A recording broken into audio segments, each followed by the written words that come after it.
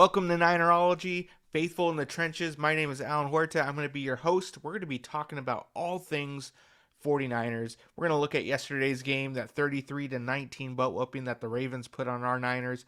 What does that mean going forward? We're going to look at the signing of Sebastian Joseph Day. What does that mean for Arik Armstead? Is it time to panic on the defensive line? Let's look at Jason Verrett. How did he do yesterday? He had 5 to 6 snaps at first action since 2021. How did he look? We're going to talk about Brock Purdy, those 4 interceptions. What does that mean for him in that MVP conversation? You could probably say that is out the window, but is that going to impact him moving forward? We're going to talk about Shanahan's play calling. What was going on? Why was McCaffrey not more a part of the game plan from the very beginning? And we're going to talk about the Rams. Are they a serious threat to the Niners getting that number 1 seed? The Niners are the 4th oldest team in the NFL, and they really need that bye. Are the Rams somebody that we need to be concerned about? And lastly, Super Bowl. Are those hopes dashed, or do we just need to regroup? So let's go ahead and dive right in. Baltimore and the Niners. There's a lot to take away from this game. One, the Niners are not the best team in the NFL right now. They have to take a deep look inside and see what happened. Did they overlook the Ravens? Did they think that they would just show up and just automatically outcoach them and outplay them? Because that's not what happened. The Niners were clearly outclassed yesterday on Christmas Day on prime time on their own home turf. The Ravens had to travel, and they still took it to the 49ers. And it started right in the trenches. Now, the Niners had a great game plan. They stopped the run for the most part until Lamar did what Lamar does. But when you break down the numbers and you look kind of past those 4 interceptions from Brock Purdy and the one for Sam Darnold, first off, Sam Darnold still stinks. That's why he is still a backup.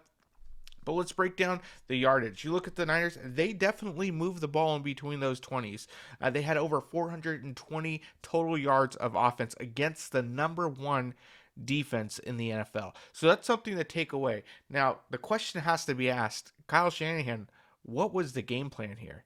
Christian McCaffrey, who is also leading in the MVP conversation, wasn't even part of the game plan at the very beginning. You came out passing. The first 15 plays were 10 passes to 5 rushes, and Christian McCaffrey was on fire. It'd be one thing if he was being stopped at the line of scrimmage. He wasn't. He was tearing up this Ravens defensive line. He was getting to that second level. So the question is, why did that stop? Now, some people might be thinking, well, maybe this was Shanahan's way of saying, let's try to will Brock Purdy to get that MVP. Plus, it'll make Shanahan look good. Look, I took Mr. Irrelevant and got him the MVP with my play calling. Well, guess what, Shanahan? This is not the time to be flexing those muscles, because look what happened. 33-19, it got bad really fast. So that's some of those instant reactions. Let's talk about the signing of Sebastian Joseph Day. What a great signing. You don't typically see this type of signing this late in the season. But what's the point of that? There's a lot of things you can think. Does this mean Armstead's going to be out for quite a bit, maybe until the playoffs? More than likely so. Sebastian Joseph Day, he was a starter with the Chargers. He was on that 21 Rams Super Bowl team and then signed with the Chargers a 3-year, $24 million deal. And then after the regime for the Chargers got fired, he was let go shortly after. So not really sure what happened, but what we do know is that our Niners needed a run stuffer. We needed somebody to help along that defensive line to really shore things up, especially if Armstead's going to be out for a while. We really need that depth. Now, my guess is Sebastian Joseph Day is going to be starting on that line next to Javon Hargrave, and that's probably going to be the best. And then really let Nick Bosa and company, Randy Gregory, Chase Young, really get on from the outside. Colin Farrell's been looking great as well. Really let them kind of eat on the outside, but we really need to kind of shore up that defensive line, that interior, because that's where they're getting eaten up. So, while we have seen some good things out of Kinlaw is not going to be there for 50, 60 plays in a game. That's just too much to ask. He's really solid for a good 20 to 25 plays, and that's what you need him for. You need to keep him fresh. Nothing wrong with that, but Sebastian Joseph Day can really help on those other areas. So that's what I kind of see going forward. So let's talk about Jason Verrett. Jason Verrett, oh man, so good to see him back out on the field. He's had a amount of injuries, and it's so good to see him kind of come back from that, just get knocked down, get back up, get knocked down, get back up. It makes you think of Rocky. Like, it's not how many times you get hit, but how many times you can get hit and get back up. So well done, Jason Verrett. Now, he was on the end of a touchdown pass from Lamar. Now, there's been a lot of chatter on should he have been there, should he have not been in there, was he the reason for that? If you really break down that play, he was really holding his own for the first 4 seconds, and that's a lot to ask already for a corner. When you time that out, Lamar did what Lamar does, and he had the ball for 7 seconds. Now, for a corner to hold on to a receiver for 7 seconds, that is a lot to ask. So it's to be expected. It wouldn't matter if it was Charvarius Ward, if it was Diamador Lenore, Ambry Thomas. They probably would have been beat with Lamar doing what Lamar does. So I would like to see Verrett get a little bit more action. It's unfortunate that it came at that expense, but it's good to see that he was able to come out unscathed. Hopefully, we'll be able to get him more in this game plan, and that pass rush will really help him shine there on that back end. Now, Brock Purdy.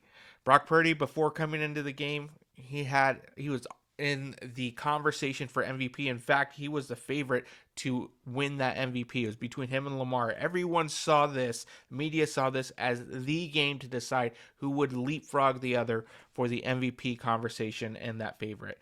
And it's clear that Lamar has leapfrogged Brock Purdy, and rightfully so. Brock Purdy did not have his best showing. He had 4 crucial interceptions, and you know what? Even with those after the first 3, the Niners were still in it. But you can clearly tell that Brock Purdy was pressing. He was trying to make a play for his team. He was trying to prove his coach right, that he made the right decision going with Mr. Relevant as his franchise quarterback. But he was just pressing too much. Now, the good news is this did not happen in the playoffs, and it happened in the regular season. Also, it did not impact their ability to control their own destiny to get that number 1 seed. And let's face it, they need that number 1 seed. They are the 4th oldest team in the NFL, and they are getting tired. You can tell by the missed tackles. You can tell just the huffing and puffing at the end of the game. And so they absolutely crucially need that bye week. Now, this does make things a little harder because now there's no room for error. They need to take care of business in Washington. They have to travel there. It's already a short week. It's going to be an early game. They need to take care of business. And then they have the Rams that at home that they need to take care of business. Now, the Rams are playing great football. They are a team you do not want to see in the playoffs, and it's a divisional game, so there's no gimmies when it comes to divisional games, and that's going to be a tough one. And it's very reminiscent of the Niners and Seahawks a few years ago, where it came down to that last play. Dre Greenlaw stopping them at the goal line. It determined who was going to be the number 1 seed, who was going to be the number 5 seed. This has a similar makings to that, although Rams can't be the number 1 seed, but they could play spoiler to the Niners having home field throughout the playoffs. So big thing is Niners need to take care of business in Washington. They need to take care of business at home, but Washington's the most important. But Brock Purdy, really, you know what? Every quarterback has these types of games. He had a stinger. That's not why he threw those interceptions. The stinger came after the fact. But the reality is he needs to kind of regroup and notice, look, you are in a great system. You are not a system quarterback. You are not a game manager, but you can't try to put the whole team on your shoulders to try to win an MVP outright. You have to look at the bigger picture. Get it. You're on the national stage. You want to carry your team to get that number 1 seed, but you know what? You got to play within that, but it's not all your fault. Kyle Shanahan, some of those play calls were very questionable, but Brock Purdy, got to get back to the fundamentals. If it's not there, don't force it. Use that check down. If you need to take a sack, take a sack. Throw the ball away.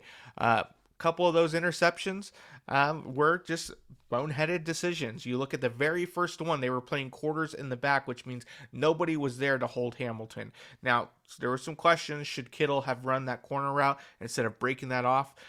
It's possible, but still, they were playing a quarters defense. Purdy has to recognize that. Otherwise, that wouldn't have been thrown. In fact, if he would have thrown the ball earlier or hit that pump fake and see Hamilton, maybe Hamilton would have jumped that and then hit Debo over the top. That could have been there, but reality is he was very narrow-minded or narrow vision, did not see Hamilton, which cost him that interception. Now, I will tell you this, I was very nervous with that last interception. You got to see Purdy's elbow get hit, and that's what caused it to go to the linebacker. Now, that was very reminiscent of Hassan Reddick hitting that elbow. And so caused me to flinch a little bit. I'm sure a bunch of other Niner fans as well. And so that was definitely good to see that he was able to come back afterward. Now he has that stinger. We heard from Coach Shanahan he's going to be okay. But hopefully he's able to regroup, get back, watch the film, learn some of the things that he did wrong, but kind of have short-term memory. That's what you got to have. You got to have memory like a fish. Go back at it. Go back and work with the team, work within the system. Don't try to do too much. Let your playmakers do what they do. Now, hopefully we get some good news on that offensive line. There were a lot of banged up players. Hopefully Trent Williams is okay. If we lose Trent Williams, that is a big, big, big loss. I mean, many could say he is the MVP of the team. Not even Purdy or McCaffrey, but Trent Williams. He has been a cog on that left side, and that's something that hopefully that works out. I'm glad that they kept him out. He was trying to go back in. Glad that they made the call. Keep him out. Let's wait to see. There are bigger games in the future. As big as this one was, it's over. It has nothing to do with what's going to happen in the playoffs.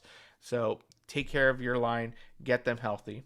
Now, let's talk a little bit more about the defense. They were definitely looking tired. Wilkes had a great game plan at the beginning, but all of a sudden, what happened to the defensive line? Where was that, kind of approach that they had against Jalen Hurts where they would rush but not run past the quarterback?